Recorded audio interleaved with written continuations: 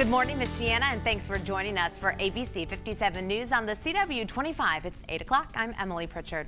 And developing this morning, Iraqi and U.S. air patrols now have to deal with the possibility that ISIS militants have sophisticated surface-to-air missile launchers. The militant group claims to have shot down several Iraqi helicopters, and here, an ISIS militant is shown firing at an Iraqi helicopter with a shoulder-fired missile. Now, this next frame coming up shows what ISIS claims was the result. The twisted wreckage you are looking at here of the downed chopper. There's clearly significant potential threat to aviation operating in Iraqi and Syrian airspace due to ongoing fighting. U.S. officials have not confirmed ISIS has those weapons, but there are fears ISIS captured them from retreating Iraqi forces or even bought them from other Syrian rebel groups. And back here at home, running errands and getting where you need to go can be tough without your own set of wheels. ABC 57's Rosie Woods has been looking into temporary car rental programs on St. Mary's College campus that try to fill that void. She joins us now live near campus this morning. And Rosie, what did you find out? Parents, a Pennsylvania company that makes baby wipes, is voluntarily recalling its products because some of those wipes might be contaminated. They say they could have a type of bacteria on them that is resistant to some antibiotics. New Tech Disposables sells baby wipes to Walgreens, Sam's Club, Family Dollar, Fred's, and even diapers.com. You can bring them back to wherever you bought them from for a refund. What a roller coaster we're about to go into with the weather. I'm buckling up this morning. Yeah, buckle up. We're right at the top. The view is great. You can see everything, but then you look down, and yeah, we're at that point of the roller coaster now. Hands up. Yep. And right now, officials in Marysville, Washington, are trying to figure out why a popular freshman homecoming prince went on a shooting rampage, targeting his best friends and family. This morning, we are learning, according to law enforcement sources, 15-year-old Jalen Freiberg sent a selfie holding a gun to an ex-girlfriend just before that rampage started. Witnesses say the death toll could have been much higher had first-year social studies teacher Megan Silberberger not stepped in. We've confirmed through witness account that there was no specific physical contact between this heroic teacher and the shooter. As someone that has a wife that's a teacher, I find it incredibly tremendous of the action she took, but we don't have any evidence of a struggle. Freiberg shot 5 students before killing himself. 2 other victims have now died. As parents learned of the school shooting, it of course brings to mind other terrible tragedies that have taken place in schools. And of course, in times like this, children and even teens can have a hard time understanding why it actually happens. But it's important to start that conversation with them so they still feel safe in their own schools. Developing this morning, the search is on for a Broncos fan who vanished from the stands during last Thursday's game. His name is Paul Kitterman, here on your screen. He left his seat during halftime and hasn't been seen since. Jared Tonneson said he went into the bathroom during that game and his father waited outside. But when Tonneson came out of that restroom, Kitterman was nowhere to be found. Now, there was no cell phone to call since the 53-year-old Kitterman doesn't particularly care for them. He was like, okay, well, it'll be all right. We'll just stick together because you got your phone. So there's no way he would have taken off like that.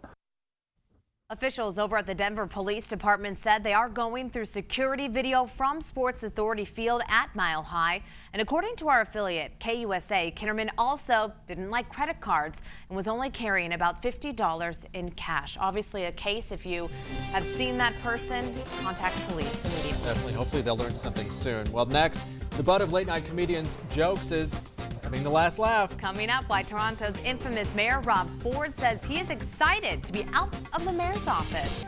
That spells a few changes for us coming up. Right now, as in C-O-L-D, right? Yeah, C-O-L-D-E-R. Yeah, Emily.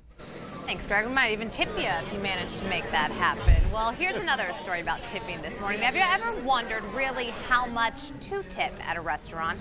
One California restaurant is making it a bit easier on its customers by doing away with tips altogether.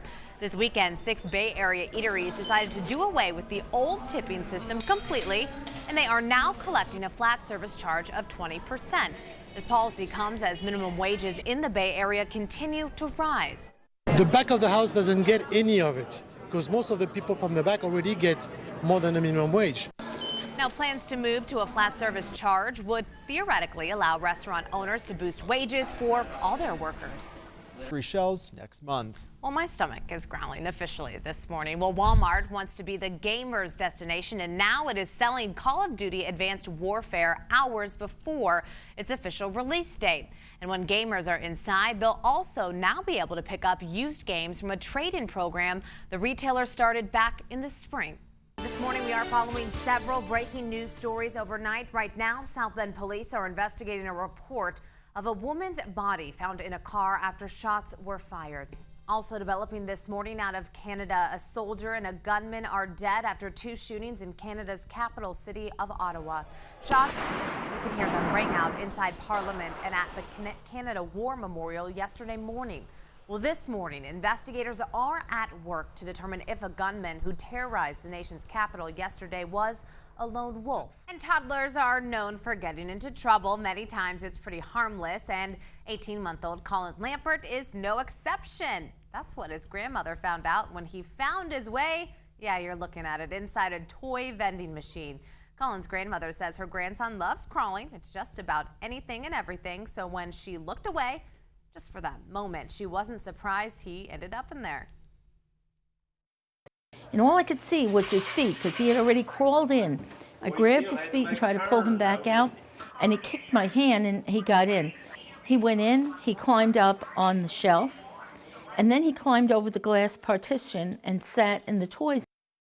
Determined little guy. Well, he thought it was 50 cents to play. Why not go in for free, right? And you've probably seen our Go Pink campaign here on ABC 57 News, trying to bring awareness to breast cancer. Well, one Florida woman battling stage 4 colon cancer doesn't want her cancer to be left out. So a few guys in pink, you can see right there, decided to surprise her. The guys with the Pink Heels National Tour showed their support yesterday and gave her this message that pink is not just for breast cancer.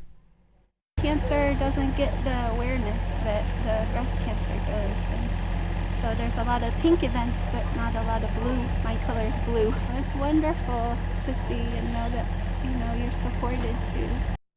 What a cool message. Well, to learn more about how you can help fight cancer, of course, head on over to abc57.com. There's a lot of pink. Yeah, pink fire truck, pink suits, pink everything. And new research is giving a detailed look at abusive behavior on the web. 73% of adult internet users have witnessed someone being harassed online, and 40% have personally experienced it. That's according to a new survey by the Pew Research Center. The group used responses from more than 2,800 web users. The survey found young adults ages 18 to 29 are more likely than any other groups to experience online harassment. And trying to get your child to take their medicine, well, that's bad enough, but just imagine this, if you had to do it with a couple of panda cubs and try to get them to comply. Well, CCTV News posted this video on YouTube showing a zookeeper in China wrestling with those 2 panda cubs that refused to take their medicine. Just take a look there. The cubs buried their faces and even wouldn't open their mouths. Now, they even tag-teamed the zookeeper by climbing and clinging onto him. Sound like pretty smart little guys or girls there. Oh my gosh, it makes you wonder what the medicine tasted like. I know, right? I have to admit, when I was a kid, there was like some bubblegum flavor. Oh my gosh, there he goes. There was like a bubblegum flavor that I loved taking. I don't know what it was. I think it was an antibiotic of some kind. So we were always like, Mom, I think I'm sick. She's like, you guys are crazy. No. There were some of the cough drops too that were almost like those candy. cherry It was like the little ones. Ludens, those I really loved. But I never had a problem with medicine. Did you? Oh, I did. Yeah. No. So you were like the panda. Yeah, I was like that refusing panda. and I was crawling, like, climbing. No. Yeah.